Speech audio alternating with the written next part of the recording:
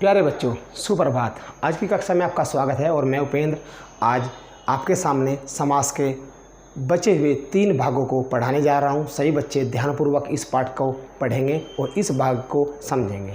आइए हम शुरू करते हैं। समास का चौथा भेद कर्मधारय। कर्मधारय समास आपने पिछली कक्षा में पढ़ा था, क्योंकि 8वीं कक्षा में भी मैंने आपको पढ़ाया था। लेकिन कुछ नए छात्र हैं जिनको मैं आज अपने एक नई ट्रिक, एक नए माध्यम से बढ़ाना चाहता हूं। तो सही बच्चे ध्यानपूर्वक सुने। समास कर्मधारय, यह है कर्मधारय समास। सपोज करें आपके सामने यहाँ एक शब्द लिखा हुआ है। जब आपके सामने एक शब्द लिखा होता है तब आप उसको बोलते समय बीच में रुकते हैं। जैसे यहाँ सपोज लिखें कोई भी शब्द, अगर मैंने लिख दिया यहाँ काली मिर्च, एक शब्द है काली मिर्च, तो हमने शुरू में लिखा काली मिर्च। इस कर्मधारय समास की पहचान ये है कि जब भी कर्मधारय समास होता है तो उसके अंतर्गत शुरू का शब्द हम शुरू में रखेंगे और आखिरी का शब्द हम आखिर में रखेंगे। शुरू का शब्द शुरू में और आखिर का शब्द आखिर में रखने के साथ साथ हम उनके बीच में है जो, के समान और रूपी, इन 3 शब्दों का प्रयोग करेंगे। क्योंकि भाषा को सही बनाने के लिए हमें उसका अर्थ भी देखना होगा कि उसका अर्थ क्या बैठता है। उदाहरण के तौर पर यदि हम देखें, यहाँ है नील गाय। नील गाय अर्थात हमने क्या लिखा, नील गाय कैसी होती है, नीली है जो गाय। अभी हमने नील अर्थात जो शुरू में वर्ड नील था, लेकिन वो गाय स्त्रीलिंग है इसलिए हमने इसको नीली कर दिया, और गाय अंतिम शब्द लिखा हुआ है तो हमने इसको अंत में पहुँचा दिया। जैसे हमने इसको अंत में पहुँचाया तो फिर हमने इन शब्दों को जोड़कर देखा कि नीली है जो गाय अर्थात नील गाय बिल्कुल सही बैठता है। लेकिन यदि हम इसके स्थान पर के समान लगा दें तो देखिए नीली के समान गाय, जो कि गलत होगा। तो प्यारे बच्चों, आपको यहाँ शब्द जो होगा उसको मैंने आपको पिछली कक्षा में पढ़ाया था, उसको समस्त पद बोलते हैं। और जब हम इसके टुकड़े करते हैं तो उसके टुकड़े हमारे होते हैं समास विग्रह। जैसे हम इसका समास विग्रह करेंगे तो उसका अर्थ इन 3 शब्दों के आधार पर सही होना चाहिए। दूसरा उदाहरण है घनश्याम। घनश्याम का अर्थ है हमारा घन के समान श्याम, अर्थात बादल के समान श्याम। अभी हम अगर यहाँ है जो लगा दें तो भी हमारा गलत हो जाए। जैसे देखिए घन है जो श्याम, तो अनुचित लगा, यानी कि हमारा ये गलत लगा। लेकिन हमने कहा घन के समान श्याम अर्थात घनश्याम। तो इसका मतलब ये हुआ कि इन शब्दों के टुकड़े करते समय अर्थात समस्त पदों के टुकड़े यानी कि समास विग्रह करते समय हमें कर्मधारय समास के अंतर्गत इन 3 शब्दों में सही शब्द को जोड़ना होगा बीच में, उसके कारण उसका सही अर्थ आएगा। इसके साथ साथ मैं अगर रूपी की बात करूं, जैसे विद्याधन, विद्या रूपी धन, कन्यादान, कन्या की रूप में जो हम दान करते हैं उसको बोलते हैं कन्यादान।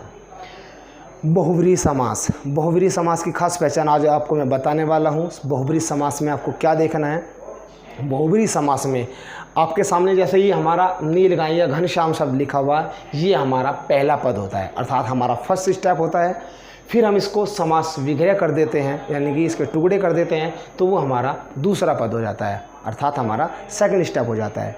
लेकिन यदि हम पहले स्टेप यानी कि पहला पद और दूसरा पद, यदि इन दोनों पदों के बाद यदि हमारा कोई तीसरा पद निकलता है अर्थात तीसरा पद जो निकलेगा वो नया नाम लेकर आएगा या उस शब्द का एक विशेष नाम होगा। किसका, जो शब्द यहाँ लिखा होगा।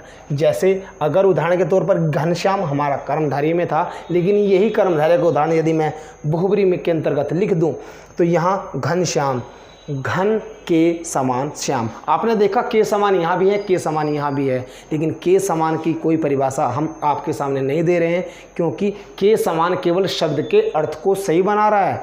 लेकिन यहाँ घन के समान श्याम अगर हम करते हैं लेकिन उसका एक अर्थ निकालते हैं नया, श्री कृष्ण, क्योंकि घनश्याम श्री कृष्ण का नया नाम था। यानी कि ये हमारा फर्स्ट स्टेप है घनश्याम।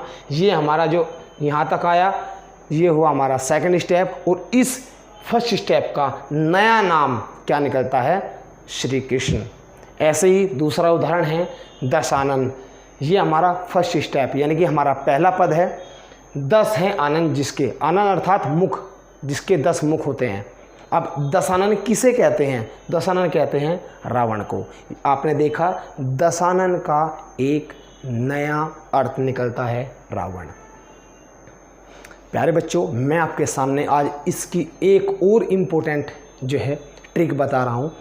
बहुब्री समास के अंतर्गत 95%, यानी कि आपके सामने मैं बताऊं 95,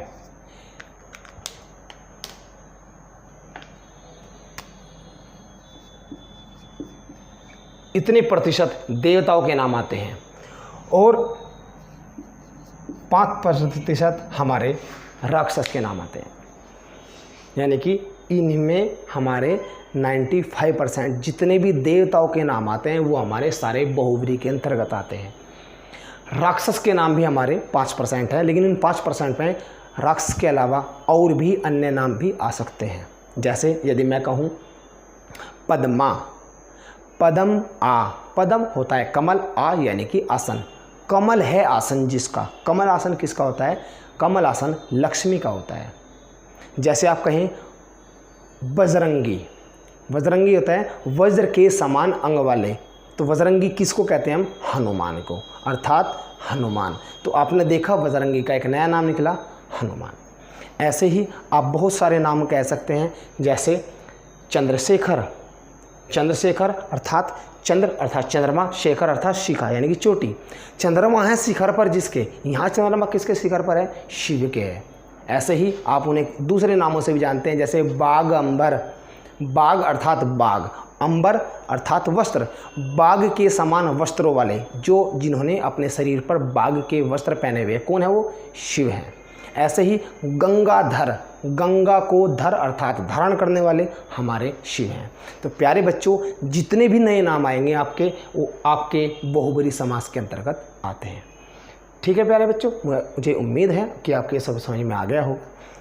हम तत्पुरुष समास के अंतिम भेद की ओर चलते हैं। हमारा छठा भेद है तत्पुरुष समास, और ये समास का आखिरी भेद आता है जिसके अंतर्गत हमारे कारक आते हैं। आपने पिछली कक्षा में पढ़ा था, 8वीं कक्षा में, कर्ता ने कर्म को कर्ण से, वही 8 कारक हैं। यहाँ 1 और यहाँ 8 लिखा हुआ है मैंने, लेकिन मैंने इसको काट दिया है क्योंकि इस समास के अंतर्गत हमारा पहला कारक अर्थात कर्ता ने नहीं आता, और आखिर का 8वां नंबर जो हमारा वो है संबोधन, वह भी इस समास के अंतर्गत नहीं आता। जब पहला नहीं आता और 8वां नहीं आता तो फिर पहले के बाद आता है हमारा दूसरा, और 8वें से पहला होता है हमारा 7वां। यानी कि हमारे समास के अंतर्गत 6 कारक आते हैं, जिसमें दूसरा, तीसरा, चौथा, 5वां, 6वां और 7वां। हम इनका क्रम नहीं बदल सकते, हमें इसको उसी क्रम में रखना होगा। दूसरा हमारा है कर्म तत्पुरुष समास, जो कि तत्पुरुष समास का भेद होता है। प्यारे बच्चों, तत्पुरुष समास में जो हमारा कर्म है, कर्म के लिए क्या लगाते हैं हम? को। जैसे कर्ता ने था और कर्म को है, तो इसमें कोई ना कोई कर्म होना चाहिए। जैसे जेब कतरा, जेब कतरा क्या होता है? जेब को कतरने अर्थात काटने वाला, तो जेब काटने क्या कर रहा है? कर्म कर रहा है, और कर्म के लिए हमने क्या बताया? को। देखिए ये विभक्ति इसमें प्रयोग हुई है। ठीक है, इसका फिर 3 नंबर आता है कर्ण तत्पुरुष, कर्ण से या के द्वारा। यहाँ भी इसमें से है और यहाँ भी से है, लेकिन ये जो से है, कर्ण का अर्थ हमारा साधन के रूप में होता है, साधन हमारे साथ हमेशा जुड़े रहते हैं, इसलिए ये से है जोड़ने के लिए, और जो ये से है ये हमारा अलग होने के लिए है। आइए इसकी बात करते हैं। कर्ण तत्पुरुष समास के अंतर्गत से और के द्वारा है, तो इसमें क्या है? हस्तलिखित। हस्तलिखित का अर्थ है हाथ से लिखा हुआ। अगर हम हाथ से लिखा हुआ हटा के हाथ के द्वारा लिखा हुआ कर दें तब भी हमारे सही बैठता है। ऐसे हमारे और भी अन्य इनके उदाहरण हैं। तो प्यारे बच्चों, अभी हम आते हैं नंबर 4 पर, संप्रदान तत्पुरुष। संप्रदान के लिए हमारा क्या लगता है? के लिए। इसमें के लिए विभक्ति चिन्ह प्रयोग होता है। जेब खर्च, जेब के लिए खर्च। आप अपने माता पिता से जब पॉकेट मनी लेते हैं तो उसको बोलते हैं जेब खर्च, अर्थात आप अपने जेब के लिए जो खर्चा मांगते हैं उसको बोलते हैं जेब खर्च। उदाहरण के तौर पर यदि हम दूसरा देखें, गौशाला, गौ के लिए शाला अर्थात गाय के लिए घर। ठीक है। अपादान तत्पुरुष, अभी मैंने आपको बताया था अपादान से जो है अलग होने के लिए। इसमें 2 चीज़ें ऐसी होती हैं जो एक दूसरे से अलग हो जाती हैं। जैसे अगर आपके सामने उदाहरण की बात करूं तो यह है रोग मुक्त, रोग से मुक्त अर्थात जो व्यक्ति बीमार था उससे रोग अलग हो चुका है। ठीक है। या कोई उदाहरण के तौर पर यदि मैं देखूं, देश निकाला, तो देश से निकाला अर्थात उसको देश से अलग कर दिया गया। संबंध, संबंध में का, के, की, ये विभक्ति चिन्ह होते हैं। समास के अंतर्गत 3 ही आते हैं, और उसके बाद यदि हम देखें इसका उदाहरण तो राजपुत्री, जैसे राजपुत्री है राजा की पुत्री। यदि हम कहें राजपुत्र तो हो जाएगा राजा का पुत्र। और भी उदाहरण देखें सेनापति तो सेना का पति अर्थात सेना का मालिक। तो उनके बीच में हमारे का के की हमारी जो विभक्ति होती है वो हमारी लिखी जाती है। अधिकरण तत्पुरुष समास का अंतिम भेद अधिकरण है, जिसमें में और पर लगा होता है। ध्यान मग्न इसका पहला उदाहरण है, जिसमें यदि हम देखें ध्यान में मग्न, में कहाँ प्रयोग होगा? अगर मैं ये कहूँ कि ये जो पेन है, अगर ये मैं कहूँ यहाँ है तो ये कहाँ है? जेब में। अगर मैं ये कहूँ ये यहाँ है तो ये होगा कंधे पर। तो जो चीज़ अंदर होती है उसके लिए में प्रयोग होता है, और जो चीज़ बाहर होती है या ऊपर होती है उसके लिए पर प्रयोग किया जाता है। जैसे ध्यान मग्न, ध्यान में मग्न। जैसे दही बड़ा, दही में डूबा हुआ बड़ा। अंतिम उदाहरण घुड़सवार अर्थात घोड़े पर सवार, या आप बीती, आप पर बीती अर्थात खुद पर बीता हुआ। तो प्यारे बच्चों, ये समास के आपके सामने अंतिम 3 भेद थे जिनका मैंने आपके सामने अभी वर्णन किया है, और आप सभी की समझ में आ गया होगा। आशा करता हूँ कि इस समास से जुड़ी हुई बहुत सारी जानकारी आपको मिली होगी। पिछली कक्षा से आपको बहुत बेहतर आपको सीखने को मिला होगा। आज की इस वीडियो में इतना ही। प्यारे बच्चों, धन्यवाद।